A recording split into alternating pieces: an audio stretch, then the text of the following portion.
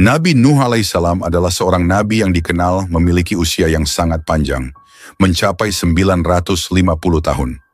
Dalam perjalanan hidupnya, Nabi Nuh alaihissalam dikaruniai anak laki-laki, Ham, Sam, dan Yafits. Dari keturunan mereka inilah, umat manusia berkembang menjadi berbagai bangsa dengan sifat dan karakter yang berbeda-beda. Ham, anak pertama, menurunkan bangsa Habsyi dan Zangi yang dikenal dengan kulit mereka yang gelap. Sam, anak kedua, menjadi leluhur bangsa Arab, Romawi, dan Ajam. Sedangkan Yafits, anak ketiga, memiliki keturunan yang disebut sebagai bangsa Turki Barbar, Mongol, serta dua bangsa yang menakutkan, Yajuj dan Majuj. Namun, tidak semua sejarah ini hanya sekadar garis keturunan yang normal. Ada kisah yang lebih kelam, lebih dalam, mengenai bagaimana Yafits melahirkan keturunan yang tidak biasa, yakni golongan manusia yang kuat, brutal, dan liar. Golongan ini bukan hanya sekadar manusia biasa, mereka memiliki kekuatan luar biasa dan menjadi ancaman besar bagi umat manusia. Yafits memiliki seorang anak bernama A'aj, yang kemudian melahirkan A'uj. Dari A'uj lahirlah Unuk, sosok yang disebut-sebut sebagai manusia raksasa, makhluk besar dengan ukuran tubuh yang jauh melampaui manusia biasa. Menurut riwayat, Unuk dikenal sebagai seorang yang sangat kuat, bahkan mampu berjalan melintasi benua hanya dengan beberapa langkah. Dia bisa menyentuh langit dengan tangannya dan mencabut pohon terbesar di Mesir hanya dengan satu gerakan tangan. Ketika Nabi Nuh diperintahkan oleh Allah Subhanahu wa Ta'ala untuk membangun bahtera raksasa guna menyelamatkan umatnya dari banjir besar, Unuklah yang diminta oleh Nabi Nuh untuk mengambil kayu dari pohon terbesar di Mesir. Unuk dengan tubuh raksasanya melakukan perintah itu tanpa kesulitan. Namun meskipun memiliki tubuh yang besar, Unuk tidak memiliki kecerdasan dan kebijaksanaan seperti Nabi Nuh alaihissalam. Dia lebih dikenal sebagai makhluk yang cenderung bertindak impulsif dan egois tanpa memikirkan dampak tindakannya terhadap orang lain. Saat banjir besar terjadi, air yang menenggelamkan dunia tidak mampu menenggelamkan Unuk. Tubuhnya yang sangat besar memungkinkannya untuk tetap berdiri di tengah-tengah lautan. Hanya puncak kepalanya yang menyembul di atas air. Meskipun banyak yang tenggelam, termasuk mereka yang menolak mengikuti Nabi Nuh, Unuk tetap bertahan. Gunung Ararat, yang merupakan salah satu gunung tertinggi di dunia, hanya menyisakan puncaknya yang kelihatan, dan Unuk berdiri di sana seperti raksasa penjaga. Namun meskipun tubuhnya selamat, jiwa Unuk tidak terlepas dari kekosongan. Kehidupannya yang panjang membuatnya kehilangan makna. Ketika zaman berganti dan generasi manusia baru bermunculan, Unuk mulai merasakan kehampaan yang mendalam. Seiring dengan berjalannya waktu, dia merasa semakin terisolasi dari dunia manusia, dan hal ini membuatnya mencari cara untuk tetap relevan. Di suatu masa, Unuk tiba-tiba muncul di negeri Rum, sebuah kerajaan yang megah dan penuh dengan kekayaan. Dengan langkah besar dan suaranya yang menggema, dia datang menghadap raja negeri tersebut. Unuk menginginkan sesuatu yang aneh dan tak masuk akal. Dia meminta seorang gadis sebagai pendampingnya. Gadis yang dia inginkan tentu harus sesuai dengan ukurannya yang raksasa. Raja negeri Rum yang tidak pernah menghadapi permintaan seperti itu sebelumnya, terkejut dan panik. Wajahnya pucat, tangannya bergetar. Bagaimana mungkin mencarikan seorang gadis yang sebesar Unuk? Tak ada manusia biasa yang bisa sebanding dengan makhluk raksasa ini. Namun Unuk bukanlah makhluk yang bisa diabaikan begitu saja. Dengan suaranya yang menggema di seluruh penjuru istana, dia mengancam akan menenggelamkan seluruh negeri Rum jika keinginannya tidak dipenuhi. Jika engkau tidak bisa memenuhi keinginanku, wahai raja, Unuk menggeram, akan aku tenggelamkan seluruh negerimu dengan air laut ini. Tidak akan ada yang tersisa. Raja, dalam ketakutan merasakan jantungnya berdetak kencang. Dia tahu bahwa Unuk tidak sedang bercanda. Dengan pikiran yang cepat, Raja meminta waktu untuk memenuhi permintaan Unuk. Dia berjanji untuk mencarikan gadis yang diinginkan oleh makhluk raksasa itu. Namun dia membutuhkan waktu. Berikan aku waktu, wahai Unuk, kata Raja dengan nada merendah. Berikan aku 12 tahun. Dalam waktu itu aku akan memastikan engkau mendapatkan gadis yang sesuai dengan keinginanmu. Unuk dengan kesabaran yang tidak biasa mengangguk setuju. Dia tahu bahwa Raja tidak mungkin menipunya. Jika dalam 12 tahun permintaannya tidak terpenuhi, maka dia akan menenggelamkan seluruh negeri dengan amarahnya. Selama berbulan-bulan, raja yang bijaksana itu memutar otak demi menyelamatkan kerajaannya dari ancaman Unuk, raksasa yang tak tertandingi. Unuk bukan hanya ancaman bagi rakyat, tetapi juga bagi kestabilan seluruh wilayah. Setiap kali ia datang, ia menuntut yang mustahil dan mengancam akan menghancurkan kerajaan jika keinginannya tak terpenuhi. Dalam kegelisahan itu, sebuah rencana besar mulai dijalankan. Membuat patung raksasa yang menyerupai gadis cantik untuk memuaskan hasrat Unuk. Raja mengumpulkan semua ahli pemahat terbaik dari penjuru negeri. Mereka adalah orang-orang terpilih yang memiliki keterampilan luar biasa dalam memahat batu-batu besar dan merubahnya menjadi bentuk yang indah. Tugas yang mereka terima bukanlah hal yang mudah. Mereka diperintahkan untuk memahat gunung batu menjadi patung gadis yang sempurna, sebuah mahakarya yang tak hanya indah tapi juga harus menggairahkan. Raja memberikan mereka waktu 12 tahun untuk menyelesaikan pekerjaan itu. Sebuah batas waktu yang tampaknya terlalu panjang, tetapi dengan ukuran patung yang setinggi gunung, mereka tahu bahwa ini bukanlah pekerjaan biasa. Hari demi hari suara palu menghantam batu-batu keras terdengar bergema di seluruh kerajaan. Para pemahat bekerja siang dan malam, tanpa henti. Mereka tahu bahwa nasib kerajaan terletak di tangan mereka. Tak ada ruang untuk kesalahan. Setiap lekukan wajah, setiap lipatan tubuh patung harus dibuat dengan sempurna. Patung itu bukan sekadar karya seni, tapi juga harapan terakhir untuk melawan ancaman Unuk. Setelah 12 tahun berlalu, akhirnya patung itu selesai. Sebuah karya monumental yang menjulang tinggi, menyerupai gadis cantik yang tidur terlentang. Wajahnya tampak lembut namun menggoda, dengan mata tertutup seakan sedang dalam mimpi. Patung itu benar-benar tanpa sehelai pakaian pun menambah kesan sensual yang memang diharapkan oleh raja dan para penasihatnya. Di dalam patung itu, perutnya dikorek dengan hati-hati dan diisi dengan daging mentah. Daging-daging itu dimasukkan melalui liang kemaluan patung. Sebuah ritual aneh yang dipercaya oleh raja akan membuat patung tersebut tampak lebih realistis bagi Unuk. Kita harus membuatnya percaya ini gadis nyata, kata salah satu penasihat raja. Setiap potong daging yang dimasukkan adalah upaya untuk menciptakan ilusi sempurna. Mereka bekerja dengan tekun, memastikan setiap langkah ritual ini dijalankan dengan benar. Apakah ini akan berhasil? Tanya salah satu pemahat kepada kawannya. Matanya penuh dengan kekhawatiran. Kita tidak punya pilihan lain, jawab pemahat lainnya sambil menghela napas. Jika ini gagal, seluruh kerajaan dan negeri ini akan hancur.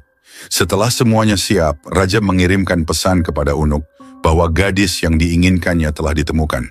Datanglah dan temukan apa yang kau cari, bunyi pesannya. Dengan cepat, berita itu sampai ke telinga Unuk. Bagaikan angin badai, Unuk datang melangkah ke arah patung tersebut. Dengan tubuh raksasanya yang menggetarkan tanah setiap kali kakinya menyentuh bumi. Ketika Unuk melihat patung itu, matanya bersinar penuh gairah. Tubuh raksasa itu berhenti di depan patung gadis yang begitu besar dan menggoda. Tidak butuh waktu lama bagi Unuk untuk kehilangan kendali. Nafsu membara yang telah lama menguasainya seakan tak bisa lagi dibendung. Sungguh cantik, sungguh menggoda, seru Unuk dengan suara menggelegar yang membuat tanah sekitarnya bergetar. Tubuhnya yang raksasa mendekati patung itu, dan tanpa ragu ia menyalurkan hasratnya. Dia memperlakukan patung itu seolah-olah gadis itu nyata, tak menyadari tipu muslihat yang telah direncanakan oleh raja. Usai melampiaskan nafsunya, Unuk merasa puas dan pergi, meninggalkan patung itu dengan perasaan lega. Aku tak perlu kembali, gumamnya sambil tertawa besar. Suaranya menggelegar dan bergema di pegunungan. Unuk pun menghilang dari pandangan, tak pernah kembali lagi ke kerajaan itu. Namun yang terjadi kemudian adalah sesuatu yang tidak pernah diduga oleh raja dan rakyatnya. Air mani Unuk yang tertumpah di dalam patung, bercampur dengan daging mentah yang ada di dalamnya, mulai membusuk. Busuknya daging tersebut mengeluarkan bau menyengat yang bahkan bisa tercium hingga ke desa-desa terdekat. Dari dalam patung, ulat-ulat sebesar bayi manusia mulai tumbuh dan bergerak liar. Ini bukan bagian dari rencana, kata salah satu penasihat dengan wajah pucat ketika mendengar kabar tentang fenomena aneh yang terjadi pada patung. Mungkin ini adalah murka Tuhan atas tipu daya yang kita lakukan, ucap seorang pendeta tua yang turut menyaksikan kejadian aneh tersebut. Ulat-ulat itu tidak berhenti tumbuh. Mereka menjadi kepompong, dan dari kepompong-kepompong itu, sesuatu yang lebih mengerikan lahir. Ketika kepompong-kepompong itu pecah, lahirlah makhluk-makhluk yang menyerupai manusia, namun dengan perawakan menyeramkan dan penuh kebuasan. Mereka adalah Yajuj dan Majuj, makhluk ganas yang lahir dari ulah unuk dan nafsunya yang tak terkendali. Makhluk-makhluk ini segera menyebar keluar dari patung, mencari makanan. Tidak ada yang bisa menghentikan mereka. Hewan-hewan ternak menjadi korban pertama. Mereka melahap segala yang mereka temui, dari sapi, kambing, hingga kuda. Rakyat mulai panik. Tidak ada yang tahu bagaimana cara menghentikan makhluk-makhluk ini. Mereka keluar dari liang kemaluan patung itu, satu persatu, bagaikan aliran air yang tak terhentikan. Desa-desa yang berada di sekitar patung itu menjadi korban pertama. Teriakan dan tangisan terdengar di mana-mana. Para petani dan penduduk desa melarikan diri, namun banyak yang tidak berhasil. Yajuj dan Majuj tak hanya memakan hewan ternak, tapi juga menyerang manusia. Raja, yang semula berpikir bahwa rencananya akan menyelamatkan kerajaan, kini dihadapkan pada masalah yang jauh lebih besar. Ini semua salah kita, ucapnya dengan penyesalan di depan para penasihatnya. Kita telah menciptakan monster yang tidak bisa kita kendalikan. Yang mulia, kita harus melakukan sesuatu sebelum seluruh negeri kita dimusnahkan. Desak salah seorang penasihat. Raja tidak tinggal diam. Ia memerintahkan pasukan terbaiknya untuk memburu dan menghancurkan Yajuj dan Majuj. Namun, setiap usaha yang dilakukan gagal. Pasukan yang dikirim selalu kembali dengan korban jiwa yang tak sedikit. Makhluk-makhluk itu terlalu kuat, terlalu cepat, dan jumlah mereka terus bertambah. Kita harus memanggil bantuan dari luar kerajaan, seru salah seorang panglima yang terluka parah usai bertarung dengan makhluk-makhluk buas itu. Desakan ini akhirnya membuat raja mencari bantuan dari Raja Iskandar Zulkarnain, seorang penguasa legendaris yang dikenal memiliki kekuatan dan kebijaksanaan luar biasa. Raja mengirim utusan ke wilayah Raja Iskandar Zulkarnain, berharap dia akan datang dan menolong. Setelah membantu penduduk di timur, Raja Zulkarnain mendengar kabar tentang bahaya yang lebih besar menanti di depan. Sebuah ancaman yang sudah lama menghantui penduduk di daerah antara dua gunung yang tinggi, yakni bangsa Yajuj dan Majuj. Mereka adalah bangsa yang terkenal dengan kekejamannya, merusak tanah, menghancurkan hasil panen, dan membuat penduduk hidup dalam ketakutan. Mendengar kabar itu, Raja Zulkarnain segera mengarahkan pasukannya menuju wilayah yang dimaksud. Ketika mereka tiba di sana, para penduduk dengan tergesa-gesa datang menyambutnya. Wajah mereka penuh dengan kecemasan dan ketakutan. Wahai Raja yang perkasa, seorang pemimpin penduduk berbicara dengan nada penuh harap. Bangsa Yajuj dan Majuj telah membuat hidup kami sengsara. Mereka menghancurkan apa yang kami bangun dan tidak memberikan kami kedamaian. Kami tidak tahu harus berbuat apa lagi. Hanya Engkau yang bisa menolong kami. Raja Zulkarnain merenung sejenak, memikirkan nasib para penduduk yang terancam oleh bahaya besar ini. Lalu dengan keyakinan penuh, ia berkata, "Aku akan menolongmu. Tetapi pertama-tama, kalian harus bekerja bersama-sama denganku. Aku akan membangun penghalang yang kokoh di antara gunung-gunung ini untuk melindungi kalian dari mereka. Tetapi kalian harus membantu dalam prosesnya." Penduduk setempat bersorak dengan antusias. Mereka bersedia melakukan apapun untuk melindungi tanah mereka dari bangsa yang kejam itu. Maka dimulailah proyek besar pembangunan tembok antara dua gunung tersebut. Setiap hari, penduduk dan pasukan Raja Zulkarnain bekerja bahu-membahu. Mereka mengumpulkan potongan-potongan besi, batu, dan segala bahan yang bisa digunakan untuk membangun tembok yang kuat. Di bawah arahan Raja Zulkarnain, mereka membangun dengan penuh semangat. Meskipun prosesnya sangat berat. Suatu hari, ketika matahari mulai tenggelam di balik pegunungan, salah seorang pekerja mendekati Raja Zulkarnain dengan wajah kelelahan. "Tuan, pekerjaan ini terasa sangat berat. Apakah kita akan sanggup menyelesaikannya?" Raja Zulkarnain menatap pria itu dengan penuh keyakinan. Setiap pekerjaan besar membutuhkan pengorbanan. Ingatlah, ini bukan hanya untukmu, tetapi untuk anak-anakmu, untuk generasi-generasi yang akan datang. Dengan tembok ini, kita akan melindungi mereka dari kehancuran. Pria itu mengangguk, merasa semangatnya kembali berkobar. Kami akan terus bekerja, tuanku. Terima kasih atas bimbinganmu. Raja Zulkarnain tersenyum, lalu kembali memantau jalannya pembangunan. Setiap kali ada kesulitan, dia hadir untuk memberikan solusi.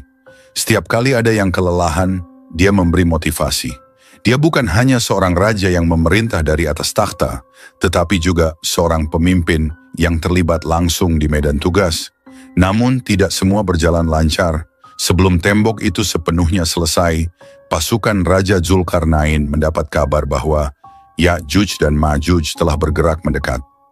Kecepatan dan kekejaman bangsa itu membuat penduduk semakin ketakutan. Raja Zulkarnain segera memerintahkan pasukannya bersiap untuk perang. Ini bukan hanya tentang tembok, ujar Raja Zulkarnain kepada para komandan. Kita harus menghadapi mereka di medan perang, mengulur waktu hingga tembok selesai dibangun. Ketika pasukan Ya'juj dan Ma'juj akhirnya terlihat di kaki gunung, Raja Zulkarnain mengatur barisannya.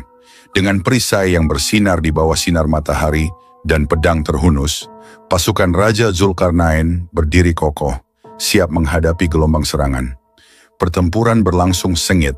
Ya'juj dan Ma'juj menyerbu dengan kekuatan yang tak terbendung. Suara dentingan pedang dan pekikan perang memenuhi udara, sementara debu dari pertempuran membumbung tinggi. Raja Zulkarnain dengan zirah berkilau dan helm baja memimpin langsung di garis depan, menebas musuh dengan ketepatan yang mematikan.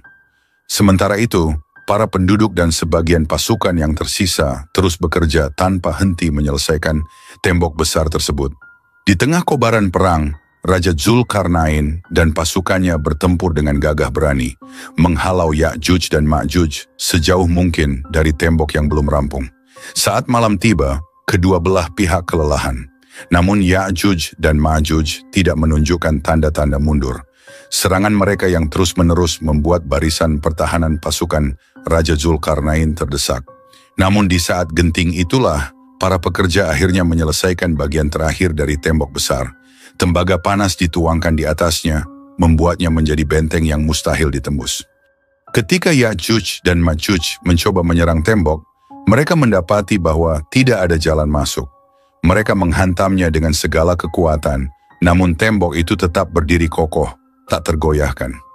Akhirnya, setelah serangan tanpa henti, Ya'juj dan Ma'juj terpaksa mundur, tertahan oleh tembok yang kini memisahkan mereka dari negeri yang mereka rusak selama bertahun-tahun. Kemenangan yang diraih bukan hanya kemenangan militer, tetapi juga simbol kebesaran keadilan yang ditegakkan oleh Raja Zulkarnain. Pasukannya bersorak dan para penduduk menangis haru, menyaksikan tembok yang kini melindungi mereka dari bahaya besar. Raja Zulkarnain berdiri di depan tembok yang baru selesai dibangun, memandang ke arah pegunungan di mana Ya'juj dan Ma'juj terperangkap. Ia menarik napas dalam, menyadari bahwa misi besarnya telah tercapai. Dengan tembok yang kokoh itu, negeri-negeri di timur akan hidup dalam damai untuk waktu yang lama.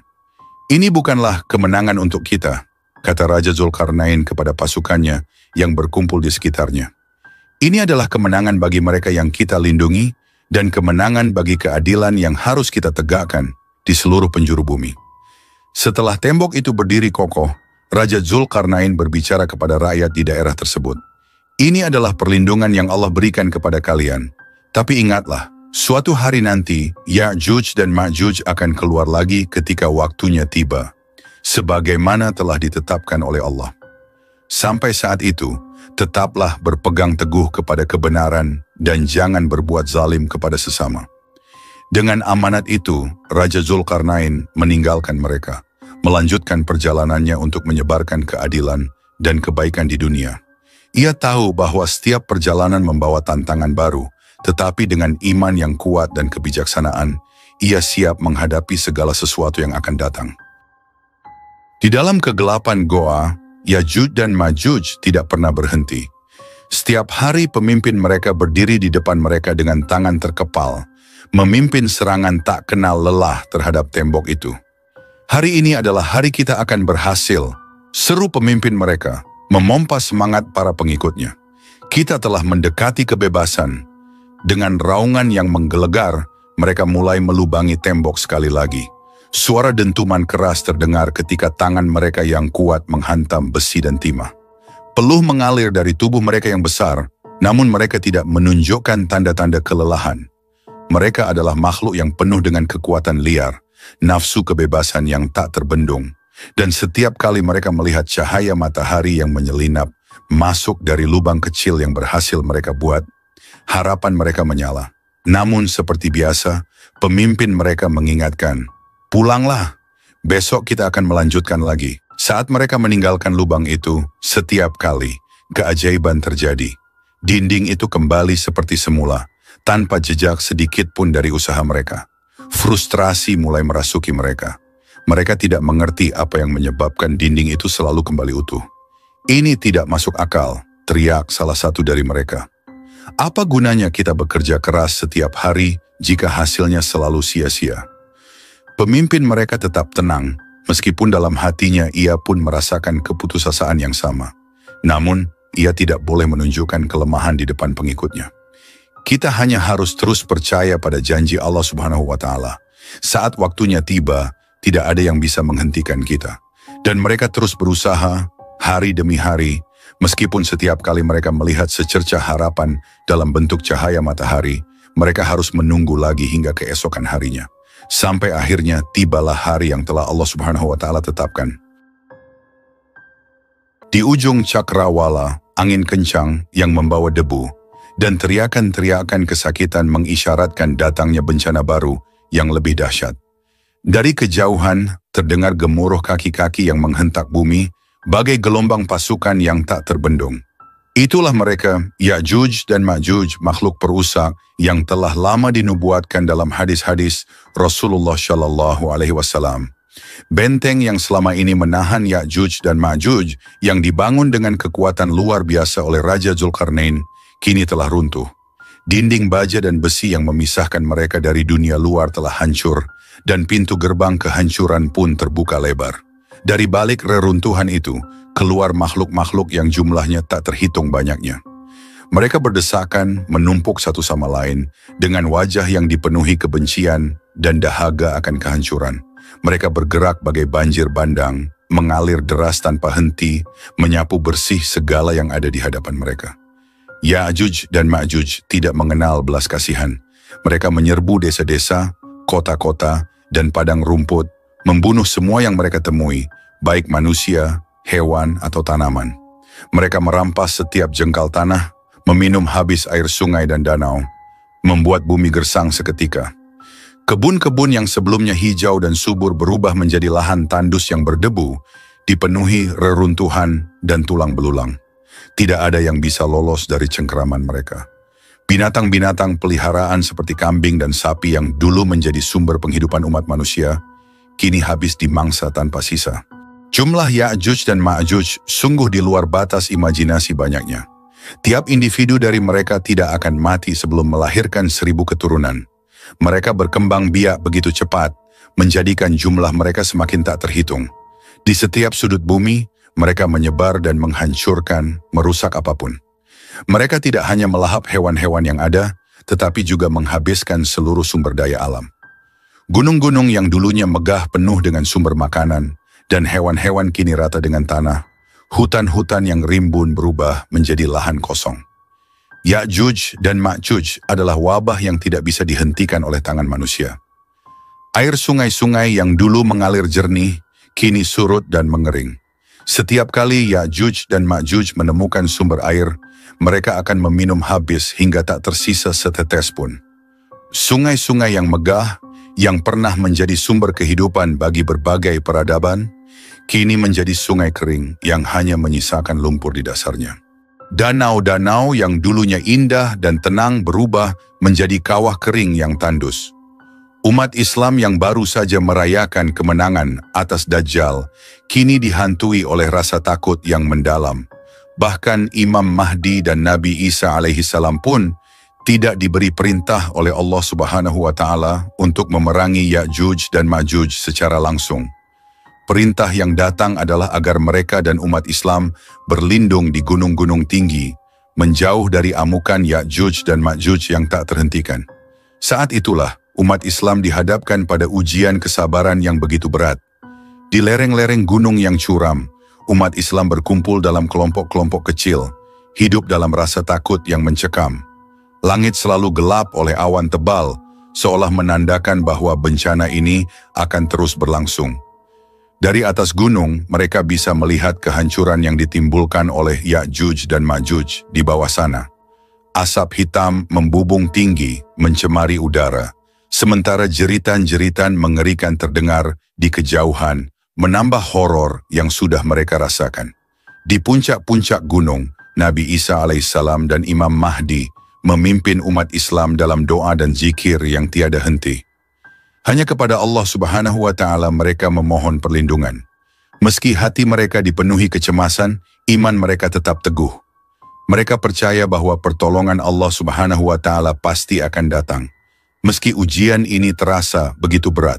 Banyak yang jatuh sakit karena kelaparan dan kehausan, sementara yang lain menyerah pada keputusasaan.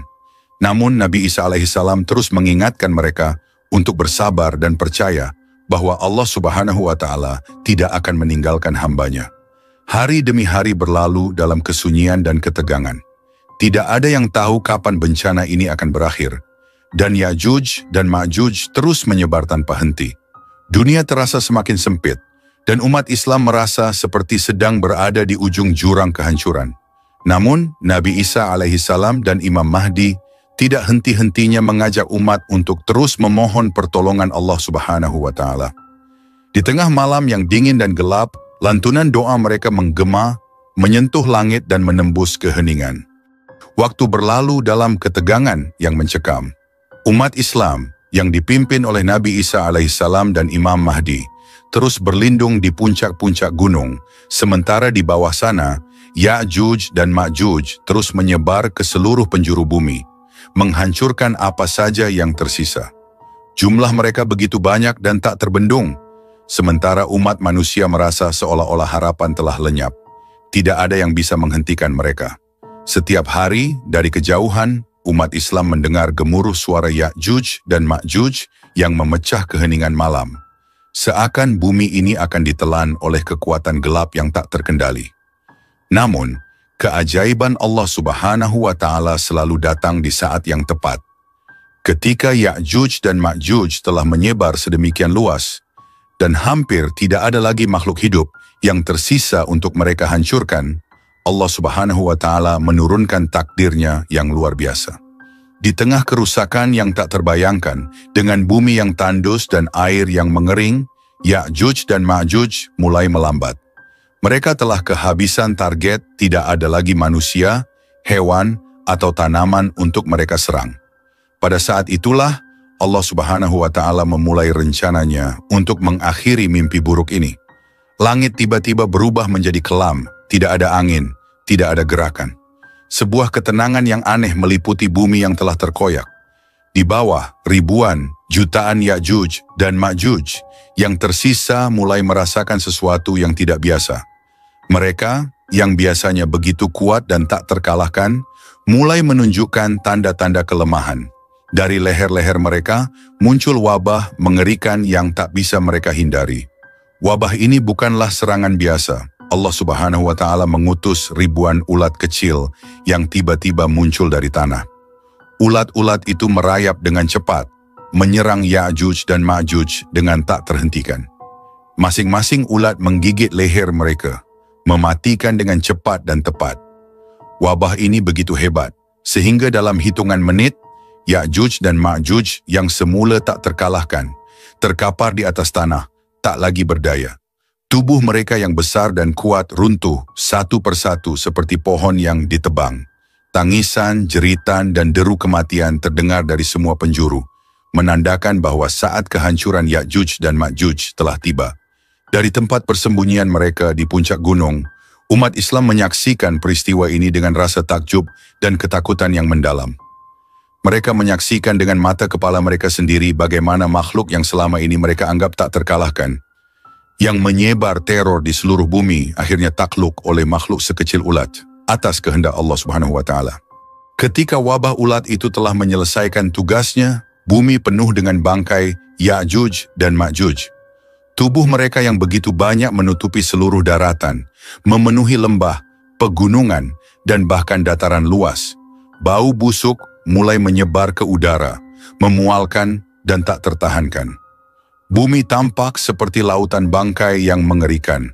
Tempat tidak ada kehidupan yang bisa bertahan. Namun Allah Subhanahu wa Ta'ala yang Maha Kuasa tidak membiarkan bumi ini tenggelam dalam kehancuran selamanya. Setelah Ya'juj dan Ma'juj dimusnahkan oleh wabah, Allah Subhanahu wa Ta'ala mengutus pertolongan lain. Dari langit, ribuan burung besar tiba-tiba muncul, terbang dalam formasi yang rapi dan mengerikan. Burung-burung itu sebesar unta, dengan sayap yang membentang lebar dan kekuatan yang luar biasa. Burung-burung ini bukanlah burung biasa, mereka adalah makhluk yang diutus oleh Allah Subhanahu wa Ta'ala untuk membersihkan bumi dari bangkai-bangkai Ya'juj dan Ma'juj yang kini berserakan di mana-mana. Burung-burung raksasa itu dengan cepat menyambar bangkai-bangkai Ya'juj dan Ma'juj, mengangkat tubuh-tubuh besar itu dengan cakar mereka yang kuat.